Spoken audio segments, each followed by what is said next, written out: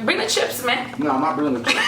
Why not? I'm not bringing the chips. So you're not bringing the chips. I offered you ice cream bar the last time. You don't want no ice cream bar. No.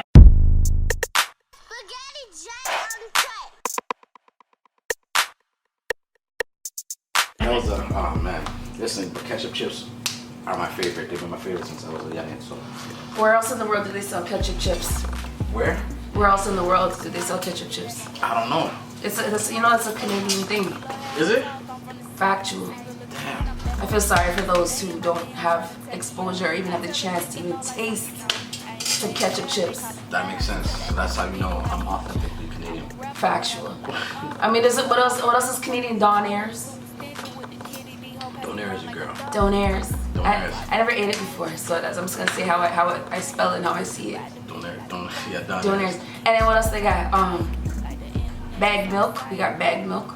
Yeah, they don't got that in the US? Nah, they got the jugs. Yeah, you're right. They got the jugs of milk. Jugs. Yeah, there's a lot of things that we got over here. It's like different. I mean, like Jamaica, they got the bagged juice. I know that. Right, which is weird to me. We like juice box. Right. Right. So like, yeah. What else? That we have as Canadians. Yeah.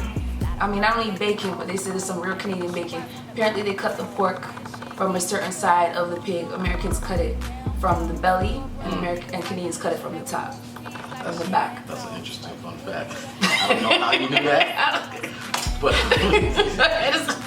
just be reading about things, so it's like, oh, interesting. I don't eat pork though, so but I just know about that real Canadian bacon. It's the way they cut it, or where they get the meat from. Okay.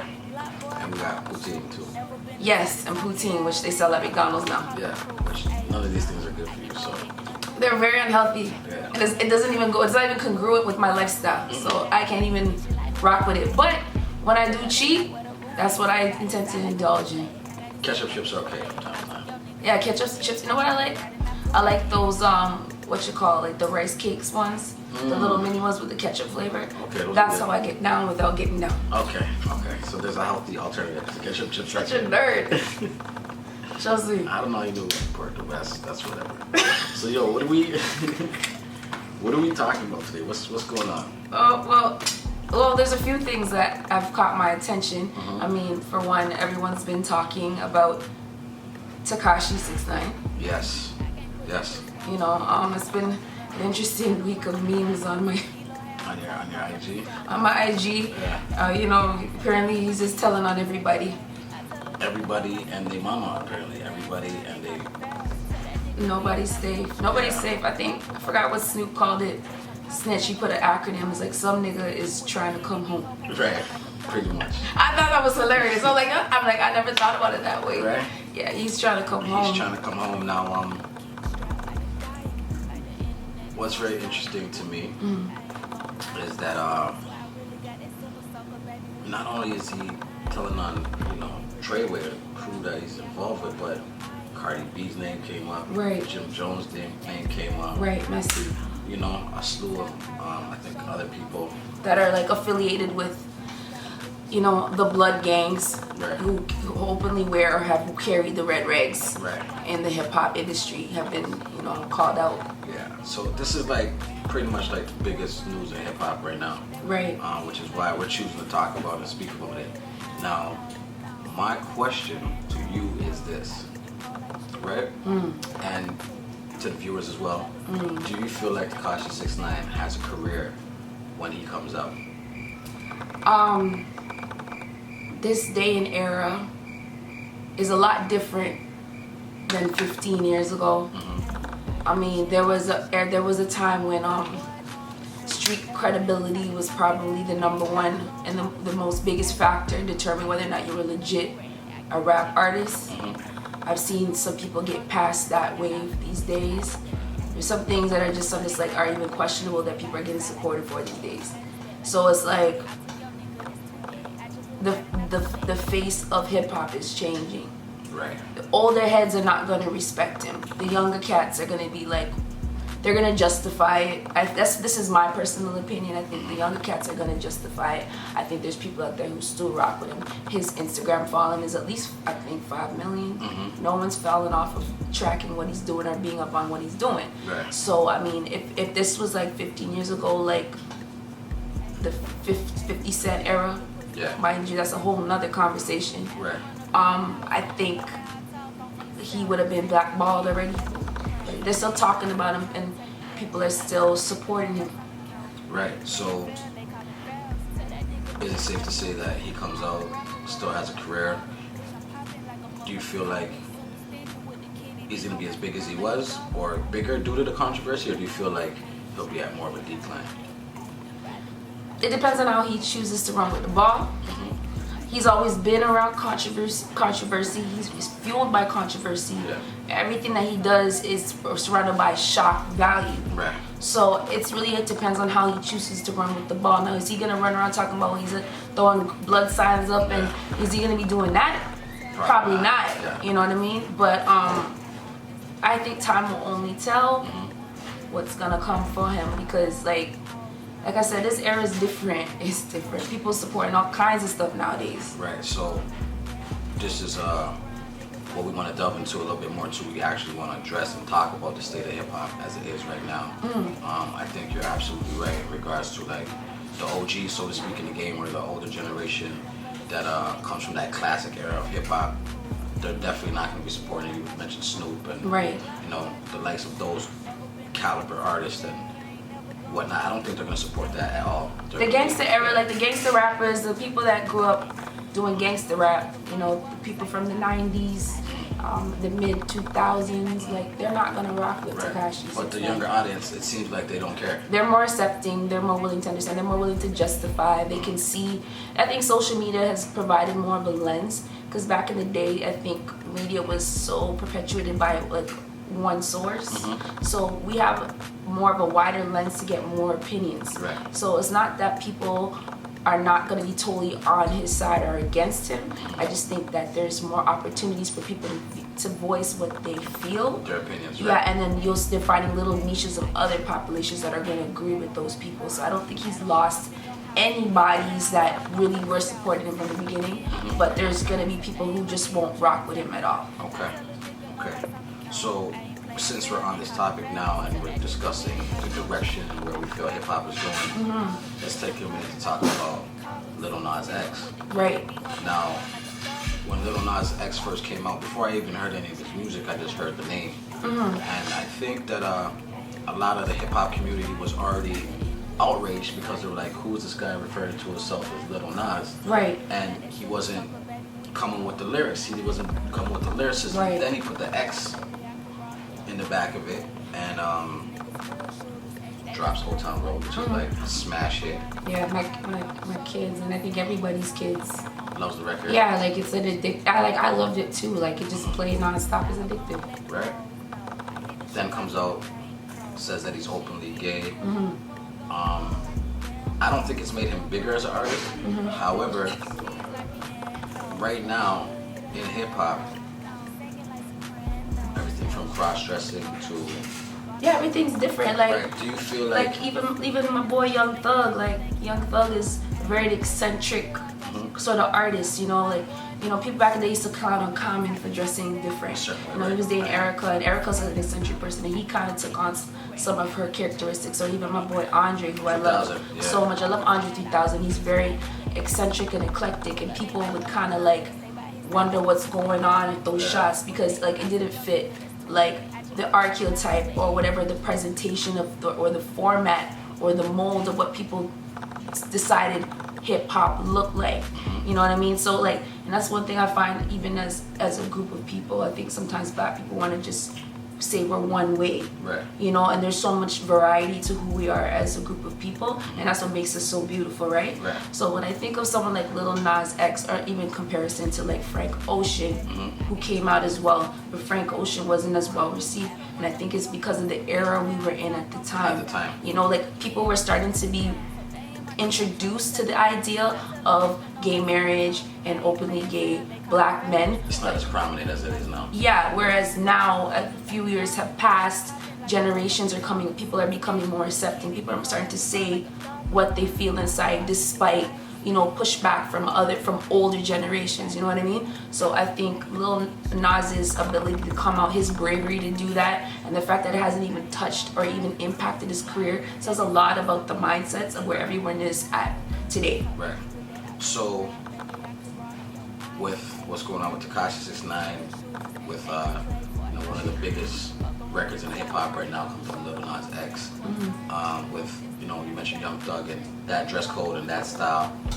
Where do you see hip hop going? What direction do you think it's going in? Like, it seems like it's taking. I think it's becoming a branch. I think, like, you know how there's certain niches with every certain type of genre. Right. So there's we talk about, like, we come from a Jamaican background, so it's like there's a dancehall scene. Right. There's a conscious reggae. There's the ska scene. There's different branches of music, right? So I think hip hop is growing. I think that it's elevating, and that one prototype and that one stereotype of the baggy jeans and like the big chains and all that stuff. And the fit. All of that it's changing. You are now a subcategory of a particular type of hip hop. You could be representing the boom bap part of the hip hop, and then now we have this.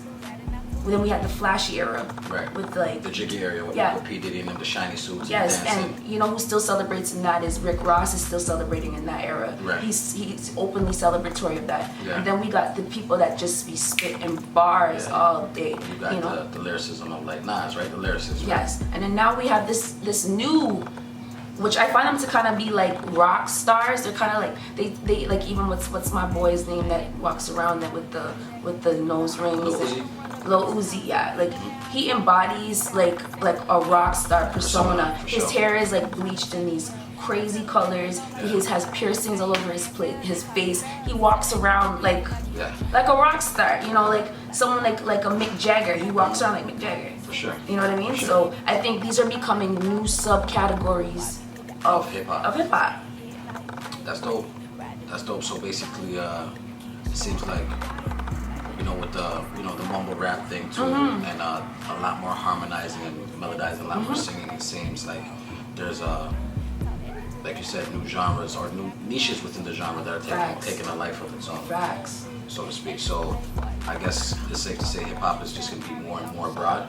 I think so, and I mean, you as a listener have an ability to choose what you want to listen to. Like, if I listen to my playlist on my Tidal or my Apple Music, when I pick a particular song, similar songs come up. So if I'm listening to like straight East Coast rap, like So Brooklyn Challenge, right? Yeah. Then all of a sudden I'm getting all kinds of rappers. I'm getting Mano on my on my timeline. Right. It's like it just fits into that blend of music. Right. It'd be really weird if they started throwing a country record in between all that. It'd be awkward. Right. So you basically you type in whatever record you're looking for, and then related music comes along. So like I think those are all subcategories of the genre, and hip hop is growing so much that I think you could tell your story in so many different ways rather than what we grew up listening to or we've been accustomed to. Good point. And I noticed how you also brought up So Brooklyn Challenge.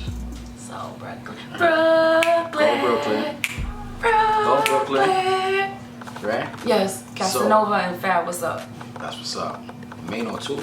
Mano as well. I heard a lot of remixes. Yeah. I've been listening. I've been having a good time listening to these people. So, couple questions. Do you feel like the So Brooklyn Challenge is bringing back bars, is bringing back lyricism? Like, we see that everybody's jumping on this record, from Toronto to Philly to New York to down south to the West Coast. Like, they're jumping on the actual beat saying, I'm so Toronto, or I'm so Philly, I'm so this, I'm so that, I'm so Chicago. Like, I'm not sure.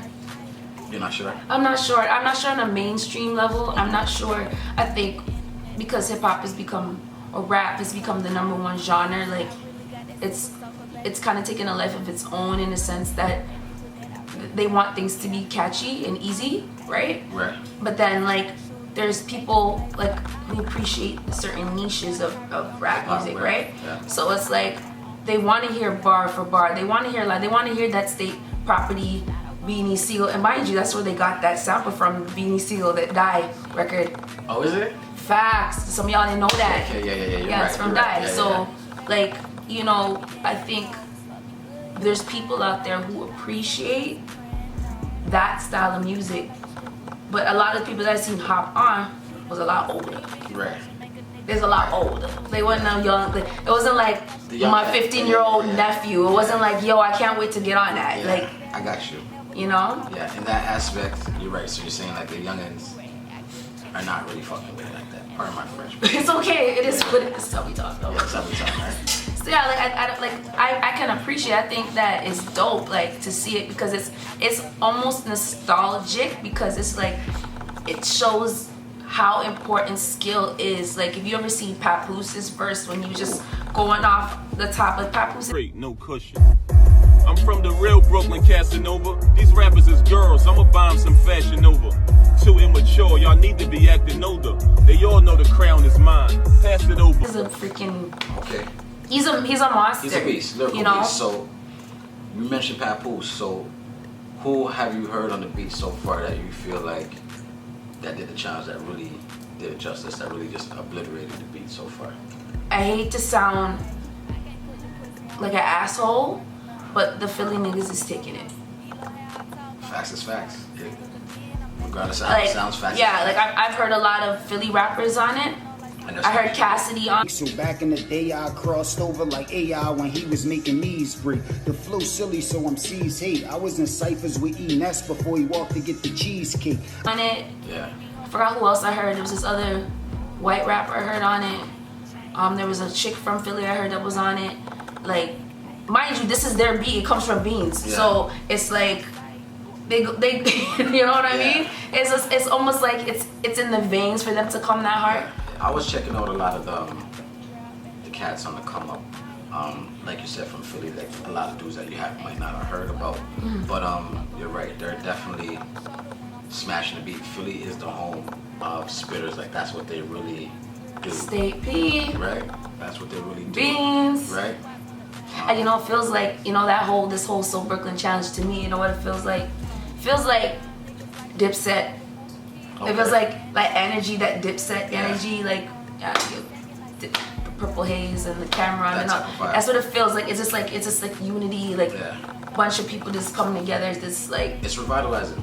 Right, you know, and I think it could keep going. Like I think honestly, it's an opportunity to educate people on what this music stuff is really about, what hip hop is really about. You know, and it's really about your style and your bars and your charisma and your freaking cadence and just your delivery. It's really about that. So I mean, a lot of people been getting away with the easy, with the microwave version of rap, right? Yeah. So it's like now you got cats like, you know who I want to hear do that? I want to hear Kendrick hop on that. I want to, You want to hear Kendrick on that? Yeah. So I always talk about Kendrick. It's like probably my third time I met. Hi, Kendrick. Kendrick, what up? I love you, dude. So So Brooklyn Challenge, I think personally, G Herbo. Yeah. From Chicago, smashed that beat. I heard that too. I did. I heard him. Yeah. Papoose definitely smashed the beat. Facts. There's a couple artists from Toronto on the beat too. We got my boy Swagger Ray, because I always represent Swagger Ray, because that's nice. Right. And I did see his version too. He smashed the beat. Facts. I did see a version from Dom Leon too. Oh, you know, I haven't seen it. Yeah, he smashed the beat. Shout out to Dom Leon. Big up. And who else would I say that smashed the beat? I mean, I'm just happy that we have a challenge like this. Facts. And they're bringing the bars back. I really want to shout out Casanova, because I feel like the type of artist that he's developing or becoming, it's just crazy. He has just so many different styles of records, but like I feel like he's not afraid to take chances. Right. He feels like he got a record. He's like, I'm just gonna put it out and just see how people gravitate towards it, see how they rock with it. And he pretty much started this whole Brooklyn challenge. So what I want to know, in your personal opinion, do you think we'll get to hear the likes of the big homie Jay-Z on the So Brooklyn beat? If he's not booked and busy, for sure. For sure? Yeah, like I don't know. I just wonder if he has the time. Or is Jay-Z so Brooklyn that he doesn't have to? Like, we're talking about this was a guy who was part owner of the Brooklyn Nets, right? Facts. He is probably the most Brooklyn besides my boy Biggie Smalls. Right. You know, yeah, I mean, shoot, but you know, maybe he's too Brooklyn. He's so Brooklyn, you ain't gotta do it. He already representing already. Jay, we would like to hear you on the Soul Brooklyn beat. I would too. I think that would be crazy. I think that would be great. I think that would definitely like officiate and make what it is this challenge is all about. Like, I mean, you are Brooklyn. Everybody respects you, so why not? Right. You heard Jay-Z on the Soul Brooklyn beat. I think the Soul Brooklyn challenge is over after that. Factual.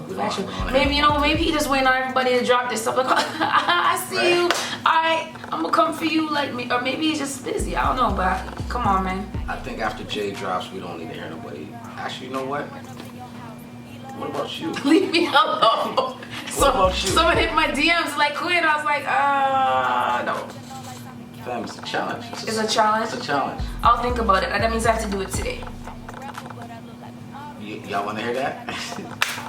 Should she do the Soul Brooklyn challenge today? You're the best, bro. Thank you. You are, man. You're the best too. I want to hear the bars. Bars? I'm here for the bars. Oh my god. I'm here for the bars. I want to hear you on the Soul Brooklyn challenge. Like, this is gonna be crazy. Okay. Alright? Okay. Alright, bet. So y'all look out for that, yo. I see that. See how you always hyping me up? See how you treat me? Yeah? That's family. Up top. You're getting vibes. So, hopefully y'all check it for the next one. We try to drop these every week, you know? Yeah. The last video I did, man, I think we ran out of time. The thing cut off. And I've been trying to figure out how to fix the brightness on this, but I think I figured it out. Because I look my complexion, I am actually content. So, yeah. Hold on, what's your complexion though? Brown. You know, like, so what's my complexion? brown skin girl. Oh, what's my complexion? Brown. I'm brown too? But like just a little bit, your tone underneath this is a little bit different. Just don't call me yellow. You can't get yellow though, I seen you though. You be getting yellow. I be getting dark. Especially in his arms, you know, like people out there just be getting tan up here. Yeah, he be getting yellow in his arms. I'm like, bro. Summertime, you know? This guy light skin. You know what I'm saying? Crazy. I'm dying. Yeah, man. Alright, yo. Love y'all. Big up. Bye. A book bag. I took your nigga, that's too bad. I just flew out and I flew back.